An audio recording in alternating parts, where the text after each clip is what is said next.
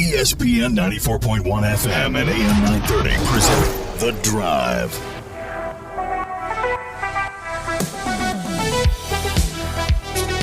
It is Thursday, August 3rd, and your drive begins now here on ESPN 94.1 and AM 930. I'm your host, Paul Swann. Our text line is open this hour, 304-396-TALK, 304-396-8255. We've got a lot to get into. Last night, Team Heartfire defeating Herd That 73-68. Team Heartfire advancing. They'll face off against the North Texas alumni team, Bleed Green. That's coming up tonight at 7 o'clock. So I know that they beat Herd That yesterday, but I am not rooting for North Texas. I am not rooting for Bleed Green. Instead, I'll be on Team Heartfire just for this one time. So we'll get into that a little bit later on, kind of try to figure out, break down why we think that Herd That was unsuccessful in a team that really showed toward the end that they could have hit a few more three-pointers early, maybe made a few more free throws. They'd be in this championship game tonight. That was a really good team, and if they can keep it together for next season, they might have another run in them. But we're going to talk about that later. And as I mentioned, we'll get your text in. But we've got a special guest, and he's in studio. So it's a rarity we can get a dignitary of Ryan's stature in studio. Ryan Crisp is joining us. He's got multiple titles: athletics, annual giving, ticket sales, fan engagement. How do you introduce yourself when people ask you, what do you do? And you have like 4 or 5 different titles, Ryan. My go-to is revenue generation. That is my goal. My goal is to create revenue, and I think all of my areas attack that in one way or another. So revenue generation is my go-to. Okay, so you're an important person at Marshall University. That's right. How you been? I'm great. It's August, so it's here. It's exciting. Our student athletes are starting to get back on campus. A couple of sports are already in their fall camps. Football started their fall camp. Volleyball starting next week. Soccer's already going at it. Track teams, cross country showing up soon. So it's fun. It's exciting. It's the best time of the year. August it's my favorite month. August, I agree. It is my favorite month. I agree. August is my favorite month. And so we're here. I was over at Marshall the other day, kind of get an eye of what's happening with the scoreboard. Coach Huff was opening camp. I'm talking to him, and I'm looking at the scoreboard. It continues to get bigger and bigger, and it's not done. It is a very big thing. Now, we can't call it a scoreboard, though. No, we're not. We can't. It can't be a video board. It can't be a scoreboard. Everyone has a video board and a scoreboard.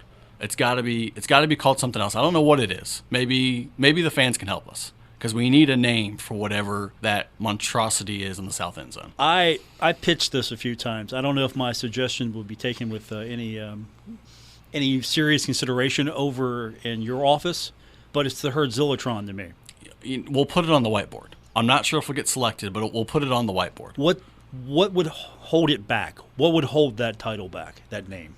We just like to get lots of people's opinions. Okay. You know, it's not the Paul Swann scoreboard or video board. So no, that would be a great name for it, but I know that's not the case, because that would include a check being cut by me to you. Which we could talk about that. We could talk about that, but you know where I work. So that's correct. That's not happening. So I'm throwing out Herdzillatron, but of course fans will name it whatever they think is best. So is that really going to be the way we name this? Is it going to be truly a fan vote, or will there be, okay, these are some good suggestions, but maybe we'll go a different way? I think when we get farther into today, you'll hear fans first a lot coming out of my mouth, and you'll hear a lot coming out from the athletic department this entire year. And so our fans are going to decide whatever that is going to be called, but not a video board, not a scoreboard. Okay, so that's not going to be a video board, not going to be a scoreboard. Mm-mm. It's going to be a, whatever we call it. A thing, a monstrosity, a thing. And is it going to be ready for the first game? It is. They were laying the cables and the power today. Panels are going up at any moment, and then once they start laying panels, 2 weeks out from there. So I'm thinking by the August 15th, 16th, somewhere in that range, we'll be testing our videos, getting stuff loaded onto it, and seeing what this thing can do. How close is this going to look to some of the drawings, the renderings? And I'm sure this isn't going to be the final piece. It's a work in progress. Maybe not even this season is going to be truly what that end zone you want to look like. It's the first part of it. Correct. Yeah, I think the video board element of it will look identical to what the video board or whatever we call it is going to be looking like. But the whole end zone project, is probably a 4 to 5 year project. But once that gets done, I mean, that's a game changer for that stadium and the aesthetics of the stadium and how it looks and what we can do. And so it's going to be great once it gets done. I'm just kind of curious. You might not be able to answer this, but you've got the structure up right now, and they're going to lay the video panels down. Is there going to be sort of maybe an encasement, a facade on the outside, kind of come up with sort of an aesthetic, and not just steel girders? Is there some sort of overall overarching plan? Yeah, for maybe what the aesthetics of that's going to look like in the end zone? There is. So there is the Connect 4 board, as I call it, is up now. And then the panels will be attached to that. And then there is metal that goes around the framing that will be branded Marshall and all that good stuff. So it'll look like a Marshall monstrosity in the south end zone. Okay. And it's going to all blend in once you get everything done. That's right. It'll all come together. I've heard this question a couple times. Since we're on the topic, what happens with the seats that are still tarped right now? Are those staying until phase, whatever number it is, where the other end zone projects begin? Yes, they will stay up until they need to come down for whatever project it is. So whether it's a building, the party deck, more sky suites, whatever Christian has planned, whatever he wants to happen there, they will stay up until they need to come down. I like those seats there. I don't necessarily like the way they looked, but it does help keep the sound in the stadium. So leaving them there will help keep the sound in the stadium versus having an open end where sound can escape. So is it fair to say that maybe it's not decided exactly what, you have plans, but you haven't settled on maybe the ultimate plan yet? If more of a party deck atmosphere, more sky suites, more of like a constructed end zone? Yeah, no, I think Christian has a pretty good idea of where he wants to go with that. It's a little above my pay grade, but I think he has a good plan in terms of he wants to create a fan experience area and a social area where people can come. And maybe ideally whatever is in that south end zone building is something that's open 365 instead of 6 times a year. Let our fans come to a restaurant, a brewery, whatever it may be. Let our fans come to our stadium. I mean, what a great showcase for our brand. Then you're coming to eat dinner on a Saturday night and you get to overlook the football field. What's better than that? And so we haven't completely decided what it's going to look like. I don't think that's more of a Christian thing than me, but he obviously is a visionary and he can see well into the future and he knows what's going to work and what our fans are going to like. Ryan Crisp is with us. So we're going to talk a lot about Fan First and some initiatives that are happening with Marshall University. And we'll give you an opportunity to ask questions as well.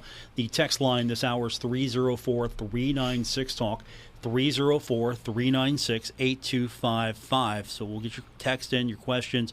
As we mentioned, there's a lot of initiatives going on, not only football. There will be other events that will be happening surrounding what used to be Fan Day. I'm told that I am not allowed to say that anymore. Nope. It is Fan First Day, or Fans First Day. That's correct, okay. Yeah. So there's 2 things you're not allowed to say anymore. All right. Fan Day. Fan Day. And the word exhibition. I'm not allowed to say exhibition. Nope. And we'll get to that in a second, but you can't say that word either. I can't. Nope. Not allowed anymore. Nope. What are we going to call them, Ryan? They are Fan First games. Okay. We'll talk about that when we continue. On this edition of The Drive, ESPN 94.1 and AM 930. This is The Drive with Paul Swann on ESPN 94.1 FM and AM 930. Welcome back to the Thursday, August 3rd edition of The Drive on ESPN 94.1 and AM 930. Some good news coming out of Marshall today. Logan Osborne named to the Werfel Trophy watch list. That's a pretty big deal. So it's award season now, at least preseason award season. So Logan is now on the watch list, and of course the watch list gives voters kind of a guide to which players you should keep an eye on. So if he performs well, he'll get to stay on the list. Joining us in studio from Marshall University, we've condensed his title to basically revenue generation. It's Ryan Crisp, and he basically is in charge of all aspects of helping generate revenue for the university, fan experiences. We're talking about today Fans First. It's not just what we're calling Fan Day. That's a word that has been banned, I've been told.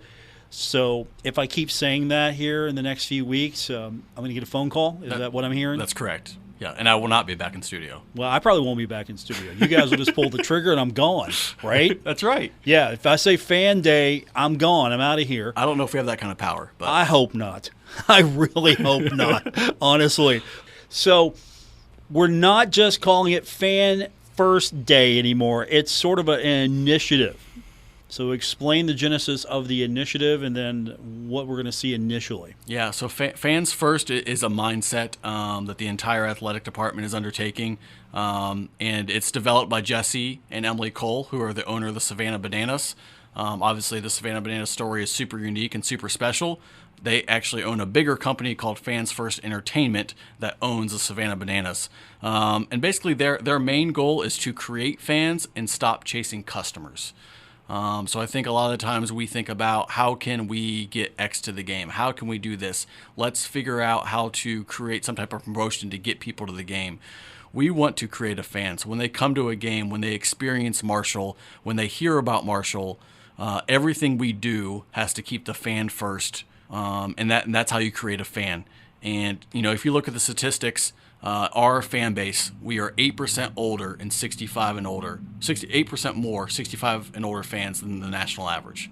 And we're 12% lower in 24 to 35. And I don't think that's a secret by any means. I think you can look at our season ticket holders and you can look at our fans and you can see that. And so our focus is how do we create a fan at 12 years old? How do we create a fan as a kid? And then that way, when they grow up, it's naturally going to turn into a fan. If you create a fan out of a kid, then it's going to turn their parent into a fan. And so our focus is creating fans, and that's the fans first mindset. It breaks it down into 5 E's, how it breaks it down. So the 5 E's are, number one, eliminate friction. Make the process, make your game experience, make everything you do as easy as possible for your fan base and as fun as possible for your fan base. So eliminating friction in everything we do. Entertain always. So in our games, we want our fans to have a great time at all times. That includes anything from when they hear about Marshall University to when they go to our website to buy a ticket to when they park at the game, when they get to the game. We want to make sure they're entertained at all times. We want to experiment constantly. We're going to try things and things aren't going to work, and we're okay with that. But we're going to try enough things. We're going to throw enough things against the wall that people are going to enjoy what we're doing. And I think people will appreciate the effort that we're putting forward. We want to engage deeply, so we really want to connect with the fans. I think sometimes when you think of let's say a football game, for instance, it's a lot of raw moments, and everything has to be really high-strung. And we don't want that. We want those moments, but we also want people to laugh, and we want people to have an emotion, not necessarily crying in the stands, but a little bit on the soft side. And so we want to attack all 3 of those emotions and really make it an experience instead of just a raw moment the whole time. And the last thing is empower action. So we're going to empower our employees. We're a growing athletic department. We've added a lot of full-time positions, specifically in the external area because we've been so far behind for a long time. And we're going to empower our employees to come up with the ideas and make them happen. Before, our marketing department had 1 full-time person with 18 sports, and that just is not fair to those sports or to that person. And so we're growing that team and we're dividing sports, so there's a much more individualized focus on those sports within our marketing and in our external department. So that's the 5 E's, that's fans first. Just creating fans is our goal and creating fans at a very young age. How have you eliminated friction? Where have been the biggest spots of friction that you've attacked first? Yeah, I think I will say there's a lot of friction, and I get that. And it's going to take a while for us to be where we want to be. I think the 2 things that we did, one pretty minor and one pretty major. So the first thing we did is, you came to our football games last year and you parked in the west lot or any of our reserve lots, and you can't see the spot numbers on the ground. They were faded. You couldn't tell what spot number it was. So if you got a parking pass from somebody and they said, hey, come to the game, you're going to spot 200, you would have a really hard time finding spot 200. So we did a really fans first idea. And instead of normal white lines with black numbers, we did green lines with white numbers. And so we're tying the Marshall brand together. We're putting green lines down the lot. The west lot is striped green now with white numbers that you can see. So that's a small thing that we did. Big picture, one of my biggest pet peeves as a fan is the lack of communication on game day in terms of the PA saying one thing, the band's doing one thing, and the crowd's trying to chant "We Are Marshall" all at the same time. And unfortunately, that's a harder fix than what it sounds like. It sounds like it should be an easy thing to do, but it's not that easy. So we're really going to focus and come up with a solution to make sure that, when our fans are chanting "We Are Marshall," which is a very special cheer to this fan base and to this school, it's a story no one else can tell. And when that cheer happens in our games, that's sending a message to everyone that's that first time, or every visiting fan that's coming to our arena or our stadium, that this place is special. And so we're not going to interrupt that. We're going to stop what we're doing, and we're going to make sure that cheer's heard loud and clear. And then, from a PA's perspective, there are PA reads that need to happen. They pay the bills. They have to happen. But can we do them in a different way? Can we do them in an engaging way? Can we make them where it's not so scripted, and we do them at the right moments of the game? And that's what we're going to focus on in year one, is just improving our game day experience from a communication standpoint. One thing that's changed, I'm sure fans still are going to have to get used to, is the bag policy. It's come into a little bit more in line with what's happening in stadiums across America with the clear bag policy. It's new at Marshall. I'm sure it's going to be day one. You're going to try to make sure this is as easy as possible for fans to adjust. How are you tackling game one with the clear bag policy? Will there be extra people out to maybe help people understand? Will you be looking at things in the future like maybe lockers for people? Because not everybody's going to know clear bags. They'll get there. There'll be people with bags that aren't clear. That's going to be a point of friction right away. For sure. So the clear bag policy is something that, puts us in line with every other Sunbelt school has one. We looked, and Mountain Health Arena has one. Dirty Birds have one. So it's across the board. It aligns with our area. And then from, the communication standpoint, if you bought a ticket to the first game through us, you're going to be well aware there's a clear bag policy. We will communicate that as much as possible to the fans that have purchased a ticket through us. As far as when you get there on game day, yes, we'll have extra help. There will be clear bags for sale. We will also have the gallon-size freezer bags, which work. If you don't want to purchase a bag, we will have those on demand that you can throw your stuff in there and get into the game. So I understand it's another hurdle, it's another step, but it's a necessity. There was a law that was passed within the state that required us to make some moves in terms of public safety. And so that's the first step of what we needed to do to make sure that our fan base is safe and that our fans have the best experience possible. Ryan Crisp is with us. He is kind of outlining for us what we can expect with the new initiative, Fans First, and there are a lot of events happening surrounding I don't want to call it just like Fan Day rebranded, because it's more than that now. It's an opportunity for fans to meet, greet, not just the football team, other teams are as well, as you've mentioned. Also, we've got events coming up. We've got women's soccer on August 9th against Cincinnati, men's soccer against Robert Morris on the 17th, volleyball versus Ohio on the 18th. How are you tying all these events together, not just in name only?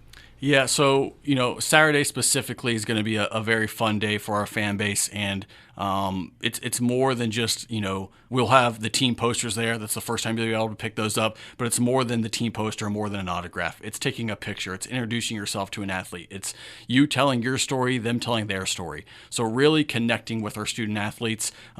Each fall sport will be there. Other than women's soccer, they're on the road. They got an exhibition game at Western Carolina that day, but they have pre-signed their posters, and we'll have them down there for fans. But each sport will have their own station where you'll get to have fun with the athlete. It's not all just going to be tables and chairs and walk through a line.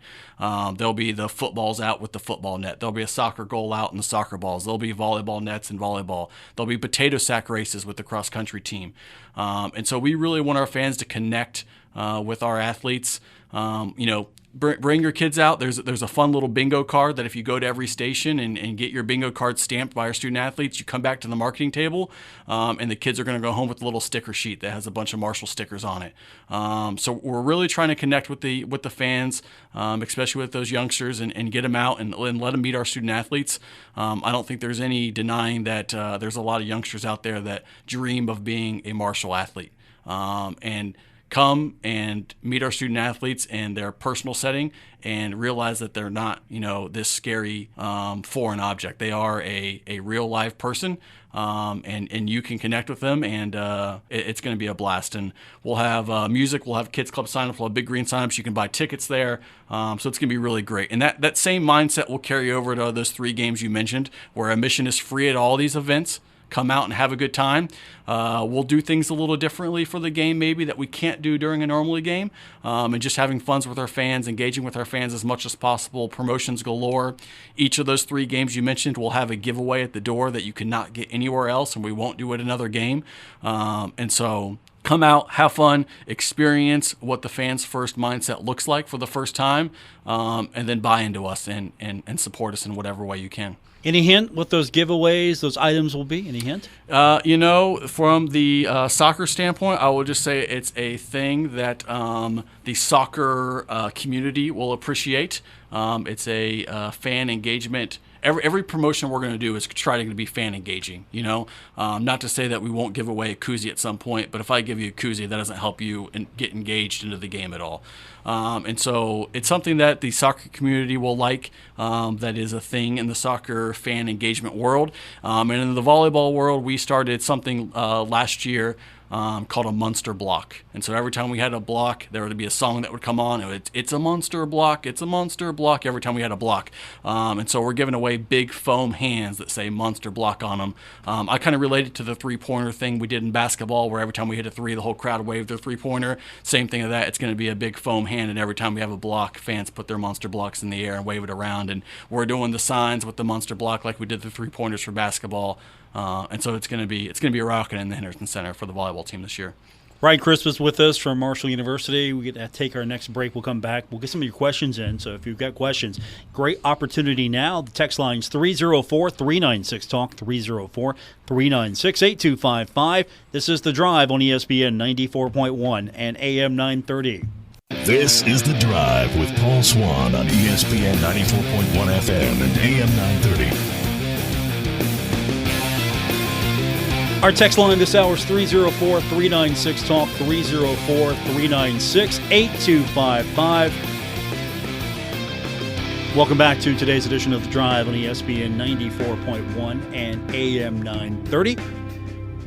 Ryan Crispus with us. We've boiled down his title to revenue generator. So if it makes money, Ryan has put his hands on it. All of it, right? Nothing.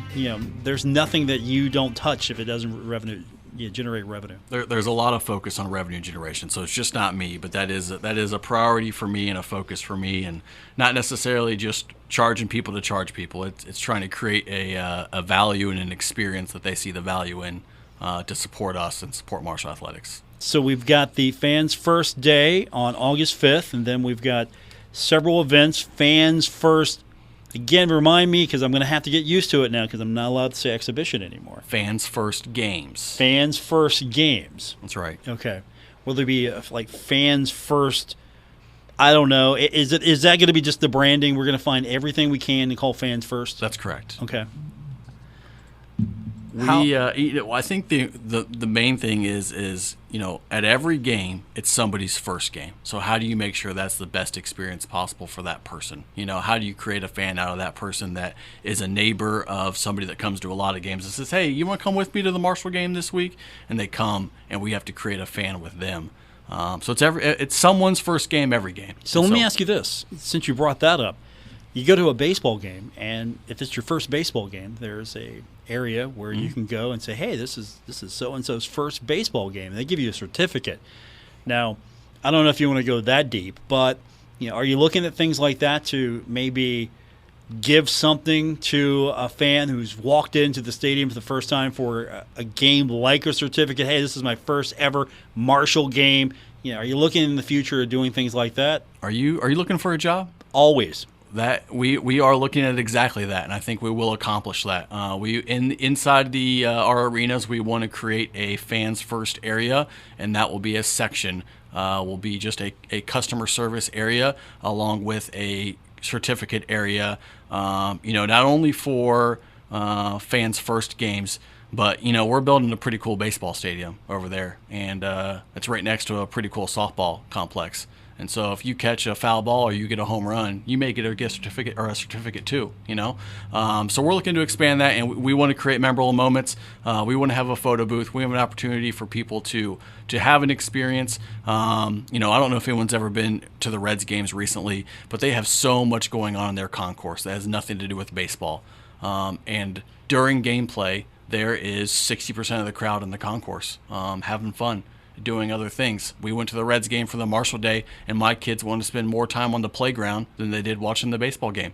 And so that's kind of the little stuff that you know, we have to figure out that, you know, there's a lot of fans that are loyal to our sports and want to watch every moment and every snap and every play. But there's also a lot of fans that come for the social time and just want to have a good time. And, of course, all of that's going to mean that there needs to be a lot more investment in the stadium, using football as the example, because eventually you're going to run out of space. You want to try to do all these things and still serve the fans as far as being able to walk well, not have, hard time getting through the stadium, concessions, everything that goes into that. And so that's going to take a lot of support from not just university fundraising, the fans as well, to maybe expand those concourse areas to the point where you can do cool things like that. For sure. No, I think we're not there yet, but I think we're very close to this year expanding one area of that where we can put some of that stuff in there, put some special concession stands in that area, put our fans first area in there, maybe some cornhole boards, maybe, can jam, maybe some just fun interactive games. And I think we got some work to do to get there for this year, but I think maybe not for the first game, but at some point we'll have an area that we will expand our concourse so our fans can go and enjoy that area. Maybe even a petting zoo. You could have you could have an American bison. Probably not. But I'm not sure about a bison, but maybe puppies. Everyone loves puppies. Come on. Not even one bison? Come on. If you're in charge of the bison and you control it, we'll do it. How much does that job pay? Get back to me on that. Ryan Crisp is with us. We've been talking a lot about some of the fan initiatives that are happening with Marshall University, Fans First, and, of course, the other things that are happening are including there's a school supply drive. We probably need to talk about that. That will be stuff that's going to be donated to local youth. So if you bring school supply items, you're going to be given a ticket to for football. It's a special ticket, right? Can you detail that a little bit more? Yeah, for sure. So we part of our mindset is also just engaging with the community. And in this time of year, obviously school supplies are a very hot topic in terms of, not only teachers that have to, purchase certain things out of their own pocket, but just local youth in the area that aren't able to obtain some of these school supplies. We want to help in whatever way we can. And we know we have a big billboard and we have a big a way to get our message through. And so we are thrilled to partner with Calvert County Schools and, collect school supplies drives on Saturday and give that to local youth in the area. And if you are able to bring school supplies, we will give you a special ticket offer for football that you'll be able to utilize. And it'll be well worth your value for donating some school supplies. Okay, school supplies. I get primo tickets to Virginia Tech. Well, I didn't say that one now. Okay. If you want tickets to Virginia Tech, we went on sale today. Yes, and they're probably going quickly. They are. I'm not going to say we're going to sell out in a day or two, but it is trending to that. And I just looked actually, and we had a very, very good day of sales so far, with still probably our busiest time to come. And so it's trending that way that we'll get there at some point. Okay, so tickets are still on sale for the Virginia Tech game, but if you want them, you better be going online now or going to the ticket office to get those. And if you're at Fans First Day, there'll be opportunities for you to get tickets, be a member of the Big Green, sign your children up for the Kids Club as well. What do I get at the Kids Club? Come on, Kids Clubs in the past across the board. What do you really get out of them? And I know you know what I'm talking about as far as, is there really been a value there? And I'm sure you want to change that. Yeah, for sure. No, we have completely redone our Kids Club, and so there will be a value there. You get an introductory packet that'll be shipped directly to your home from Marco that includes a lanyard, a T-shirt, and a welcome card. There'll be a monthly newsletter that goes out where you're able to interact with Marco. There'll be word searches and crossword puzzles and coloring sheets and all that good stuff that we'll email out to the parents. Every sport will have a kids club game where they'll get to be involved in the game experience, whether that's from being the PA announcer to high-fiving the team as they run out onto the field or court or whatever it may be. So they'll really get to interact with our teams. And then for your birthday, you're going to get a special little treat from Marco that'll be sent to the house. And so once again, just trying to connect with those kids, and we'll go publicly with that probably tomorrow. I would say it comes out live, where you can sign your child up for the kids club at $30, and you will see the value in that very quickly. Ryan Chris is with us from Marshall University. Don't forget Fans First Day coming up on August 5th.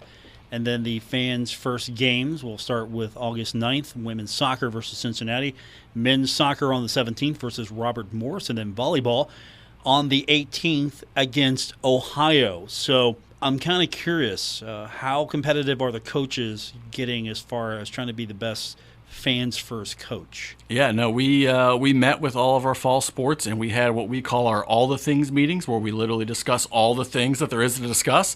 And Fans First was a very big point of those meetings, and they are super excited for the reband of our external department and our mindset and what that means and how they can help us. And they're buying into the philosophy. Having our teams kind of be opened up a little bit at the Fans First Day on Saturday is the first showing of that, where they're going to be able to interact with the fans in a totally different way, in a way that maybe we haven't allowed before. And so that's the first stage of that. And then from there, we'll just keep growing it and growing it and growing it. And we're head coaches are excited, they're bought in, and we're ready to go Fans First. Okay, now I know Chris Grassi is, when it comes to being an outwardly excitable guy, he's pretty calm at all times. You want that. How can he even dare compete with someone like, I don't know, Ari Agnes? Chris smiled in our meeting when we started talking about Fans First. That's huge. That's the first step that I was like, okay, we got something here. He actually smiled. We got something here. And then his wife, Allison, helps us out tremendously when it comes to soccer, and helping with the promotion of soccer and her ideas and what she can do. And so I'm meeting with her next week, and we're going through the process of what Fans First means to soccer, how she can help with us, how we can help her accomplish her goals. And so she is just as important to Chris as to that program in terms from our mindset of getting people to the game for soccer. Okay, so we've got him smiling. That's right. That is on record somewhere. That's right. He probably smiles more than we think. We just don't see it especially on game day. Yes, that's right. Win or lose, you never tell if the team won. If you look at him sometimes, you don't know. You would think that the team lost and maybe won 3-0. Yeah, that's Chris. That is Chris, and I think that's why he's good. He's very calm-mannered, and that's why. He's a national champion. Yes, he is. Ryan Crisp is with us. Anything else that we maybe need to go over that you want to touch on that get an opportunity for fans to know about first? I don't think so, Paul. I appreciate the time, and I appreciate having me on, and just keep supporting us. Give us a shot. If you haven't been out in a couple of years, come back and see what we have to offer. We got free admission for those Fans First games, and Saturday is going to be fun. So come out to the football stadium, bring your school supplies, and have fun. I will see you on Saturday at Fans First Day. I can't wait. And then we've got the season coming up real soon. I have to take load management next week because it is, after all, August. So my load management is next week because there won't be any of that anytime soon afterwards. You know the drill. That's correct. We are fire alarm, full go, full steam ahead for the next 8 months here. We'll get your text in, 304-396-TALK, 304-396-8255. More coming up on this edition of The Drive, ESPN 94.1 and AM 930. This is The Drive with Paul Swann on ESPN 94.1 FM and AM 930. Welcome back to our final segment of today's edition of The Drive here at ESPN 94.1 and AM 930. Our text line is open, 304-396-TALK, 304-396-8255. Looking at some of the texts now that are starting to come in. Matthew from Canova said he's calling in today. You can text in today, Matthew. You're not calling in today. You're texting in today. 304-396-TALK, 304-396-8255. That's our number to be a part of this show every single day. So baseball action coming up tonight. 7:15 is going to be first pitch. The Pirates opening up a series tonight with Milwaukee, losing to the Tigers yesterday 6-3. So hopefully the Pirates can bounce back. We've got it for you right here on ESPN 94.1 at AM 930. So the Cubbies did the Reds in 16-6. That series is wrapping up tonight, thankfully. 8:05 first pitch at Wrigley. 16-6. Unbelievable. Astros beat the Guardians 3-2. Cleveland's got the day off. And then the Atlantic League, Lancaster got the win over Charleston 4-3. Final game of the series tonight, 6:30 in Lancaster. And, of course, we've got the Hall of Fame game coming up tonight on our sister station, Cat Sports 93.3 and 1340. The Jets taking on the Browns. I know for some of you, that doesn't really ring any bell for excitement. For others, it's the start of football season. So we've got Browns-Jets coming up tonight. That is on our sister station, Cat Sports 93.3 and 1340. I hope we'll have more information tomorrow because we know Big Ten expansion talk is continuing.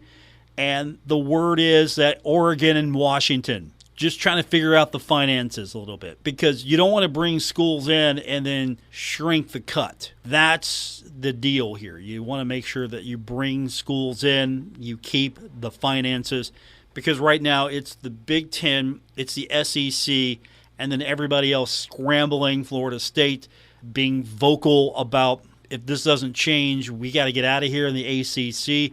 And I could never imagine in my lifetime that teams would want to get out of the ACC. Absolutely could never imagine that. It used to be you want to get into the ACC, the SEC, the Big Ten, and everybody else was not really a factor. Now it's still the SEC, the Big Ten. ACC, not so much. The Big 12's been doing a lot of good things, being a lot more proactive. The Pac-12 is going to dissolve or be diluted so poorly. They still don't have a deal yet. They're looking for a partner, a media partner. They don't have anything right now, and that's going to hurt them because we've seen what happens if you have a poor television deal. Not even just the money, but poor exposure. Conference USA putting Marshall games and league games on its own in-house service. Just really third and fourth tier media outlets trying to get your games out there, and you try to push this off as something that's really beneficial. And instead, Marshall being in the Sun Belt, ESPN being more of an active partner. We know that people are watching more Sun Belt football than ever before, more Sun Belt sports. It's a better league. It's got more of a Southern feel to it as well. And it seems like year one, all the schools seem to like being in the Sun Belt together. They like getting after each other as far as fan bases are concerned.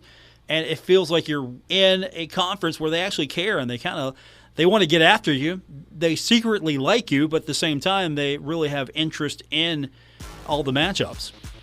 And I think that the successes on the football field, Marshall included with the Notre Dame win last season, that's going to help this league. And if Marshall can score some key victories, that's going to help this league as well and Marshall's case. I want to thank Ryan Crisp for coming in. Good talking to him today. I'll tell you this right now.